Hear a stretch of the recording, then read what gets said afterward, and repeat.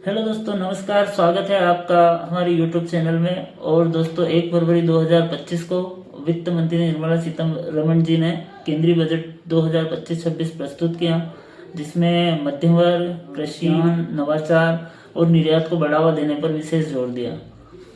दोस्तों, हम देखते हैं कि बजट में क्या कुछ खास रहा। बजट में आयकर छूट सीमा में वृद्धि की गई। नए कर प्रणाली के तहत अब 12 लाख तक के आय पर कोई आयकर नहीं लगेगा, कोई इनकम टैक्स नहीं लगेगा, जिससे मध्यम वर्ग को महत्वपूर्ण लाभ होगा। और टीसीएस में संशोधन, जो सीनियर सिटीजन है उनके ब्याज के स्रोत पर कटौती यानी टीडीएस की सीमा को 50,000 से लेकर 1 लाख रुपए कर दिया गया। तो कृषि क्षेत्र पर भी विशेष ध्यान दिया गया। इसमें प्रधानमंत्री धन धान्य कृषि योजना की घोषणा की गई, जिसमें 100 जिलों को कवर करने के लिए एक कार्यक्रम शुरू किया जाएगा, जिससे 1,70,00,000 किसानों को लाभ होने की उम्मीद रहेगी। दोस्तों, किसान क्रेडिट कार्ड यानी केसीसी, इसके माध्यम से ऋण को बढ़ाया गया। 7,70,00,000 किसानों, मछुआरों और डेयरी किसानों को पहले 3 लाख तक का केसीसी ऋण मिलता था, अब उनको 5 लाख तक का अल्पकालिक ऋण उपलब्ध कराया जाएगा।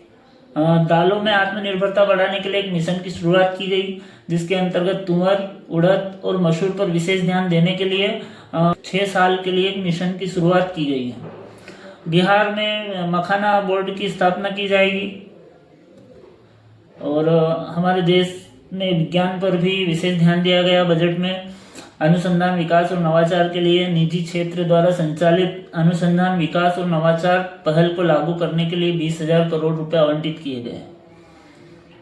प्रधानमंत्री अनुदान फेलोशिप, आईआईटी और आईआईएससी में तकनीकी अनुसंधान के लिए 10,000 फेलोशिप प्रदान की जाएगी। दोस्तों, निर्यात को बढ़ावा देने के लिए भी विशेष ध्यान। निर्यात को बढ़ावा देने के लिए इलेक्ट्रॉनिक और ईवी को प्रोत्साहन यानी एलईडी, एलसीडी टीवी के ओपन सेल, मोबाइल फोन और ईवी के लिए लिथियम आयन बैटरी में जो वस्तुएं प्रयुक्त होती हैं उन पर छूट दी गई है।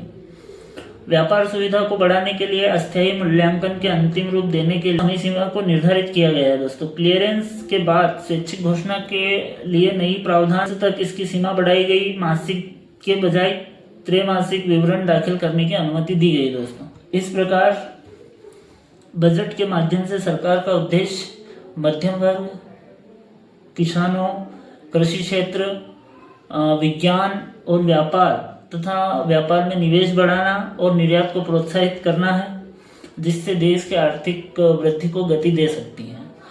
मध्यम वर्ग को ज़्यादा फायदा हुआ। पहले सिर्फ 7 लाख तक की इनकम टैक्स, 7 लाख की इनकम पर टैक्स नहीं लगता था, लेकिन अब उसको बढ़ाकर 12 लाख रुपए कर दिया गया है। और दोस्तों, अधिक से अधिक जानकारी के लिए चैनल को सब्सक्राइब करें और वीडियो को लाइक करें और बने रहें हमारे चैनल के साथ। धन्यवाद।